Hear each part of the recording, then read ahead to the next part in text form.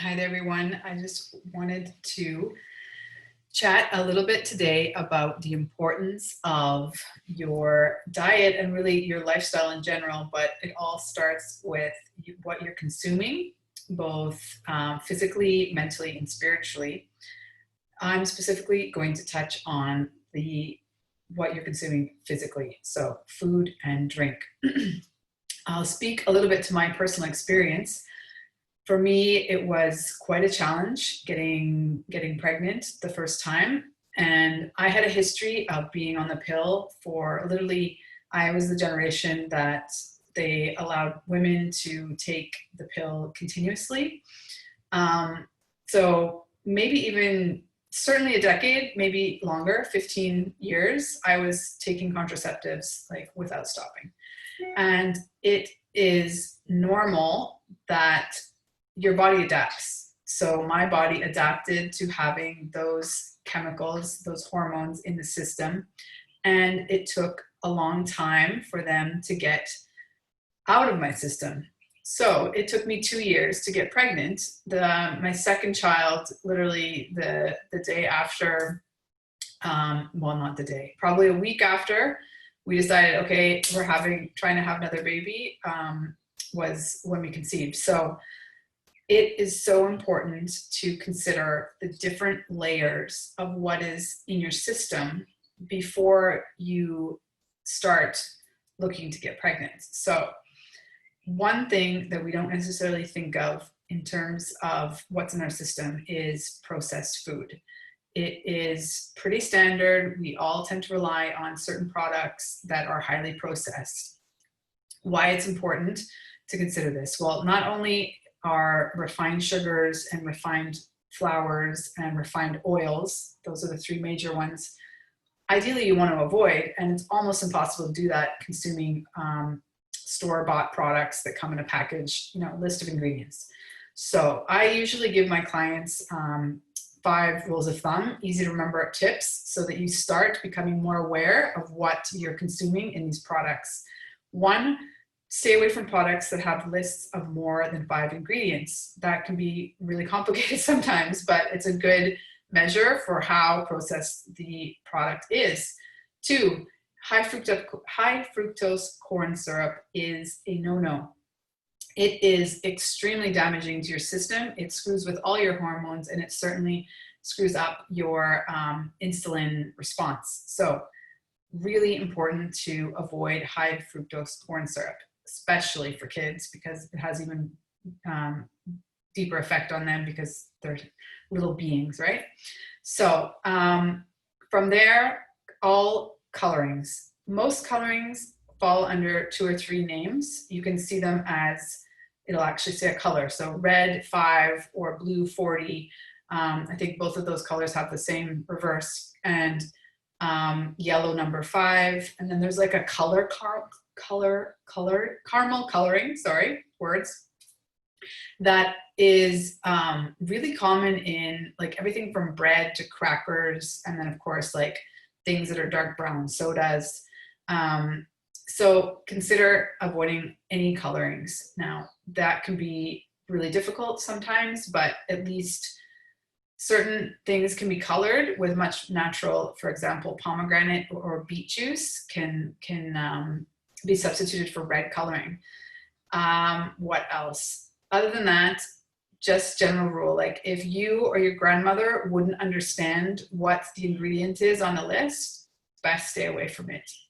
Otherwise, you don't know what you're eating. It's a chemical of some sort, and if they don't want to put what it is in a way that you recognize what it is, then that's another red flag. So really important to start looking at that as like a frontline protection for your home, for your system, to make sure what's coming into your house. Because let's face it, if you buy the product, you're probably going to consume it. It's just a matter of when and how much and how. So trying to get out of the habit of relying on those products or buying those snacks, and trying to move towards making your own healthy snacks, which don't have to be complicated. That's another thing I work with my clients on, is the slow transition to plant-based everything, but in particular finding a way to make delicious desserts, snacks, cereals, spreads, all of these things that we eat, but in a much more holistic, plant-based way so that it's not inflammatory to your system. Back to those 3 ingredients that you want to avoid: the highly processed sugar, highly processed oils, highly processed flours. All 3 of those things are highly inflammatory. Your system receives them and you have like a low grade inflammation in the body, which means like your body is in fight or flight, trying to defend itself from those ingredients, which just means that your defense and all of your other systems in terms of a deeper level of healing, of rest and restore, all those things that you need to be at 100%. So you need your body to be at its 100% in order to conceive. That these are things you want to avoid so that you can give yourself the best chance. Now, one also super important thing is considering what you're not eating. So our body can adapt to all those things, but it needs support in order to detoxify itself. It has many natural detox measures that are working their magic even when you're sleeping or when you're going about your day, but it needs a certain level of support from you, such as drinking lots of water, eating lots of leafy greens, getting lots of rest, keeping your stress load low, because all of that also is functioning on the level of inflammation.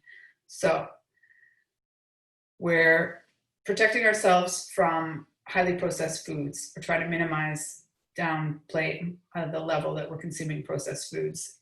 Trying to incorporate more dark leafy greens. Now, if you're not a big salad lover, there's lots of ways of doing that. You can drink green juice every morning. You can put a handful of spinach or arugula into your morning smoothie. You can, in the case of my kids, I bake, for example, brownies with zucchini. Any way you can get some greens in. It's also really nice to eat fresh things like cucumber.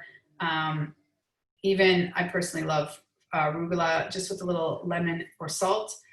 And at first, maybe it's going to seem like homework, like you're not like craving a bowl of arugula. I do once in a while now do that, but more it's just like I put it out on the counter, and instead of eating chips or cookies or other things that we tend to snack on when we're feeling snacky, if you already have some prepared vegetables, it's like some really lightly steamed broccoli or green beans. They're not things that like you think to crave, but if it's just sitting there and it's already ready and it's seasoned with a little salt, you're going to pick at that instead of whatever you're usually snacking on, and you're doing yourself a huge favor in the process.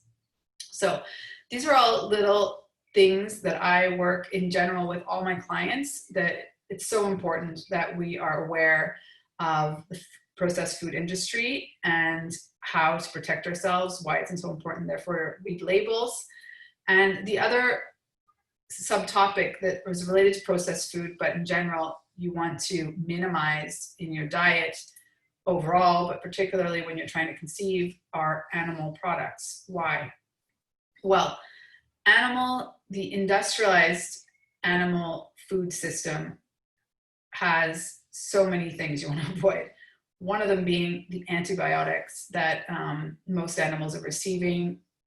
Secondly, there's all sorts of chemicals, fertilizers, like just medicine that they're receiving, because in the highly industrialized world of animal agriculture, they're basically living on top of each other, and in order for them not to get sick, they're pumped full of all sorts of medicine, antibiotics, things you just don't want in your system, because they're given that, you eat them, it's in your system.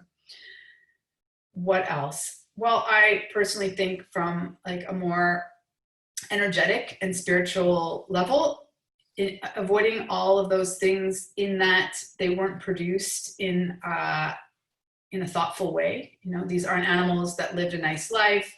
These aren't animals that lived out in the sun and then they were free to graze. So your decision as to how much animal products, meat, fish you wish to consume in general, and particularly at this maybe more fragile time of your life where you really want to protect your body on another level. I mean, really, I think the best rule of thumb is all of these like hyper cautious tales or rules that we have while we're pregnant should really apply to the before you're pregnant, because it's the same thing. Like, you want your body to be in its optimal health for a tiny new organism to be growing, right? So just be cautious of the sources of animal products. It might be worth it at this time to invest in higher quality, like organic beef or chicken, organic eggs, really high quality, not so processed dairy. Maybe consider like lowering your take on dairy, depending on every body, every woman, every pregnancy, every phase of someone's life is different. So you really do need to experiment what works for you, and try and tune into your natural cravings. We have cravings for a reason. It's more of our animal instinct. It's just that we've been driven so far away from what they naturally are, thanks to a multi-billion-dollar food industry that is sending us messages with commercials on a daily basis.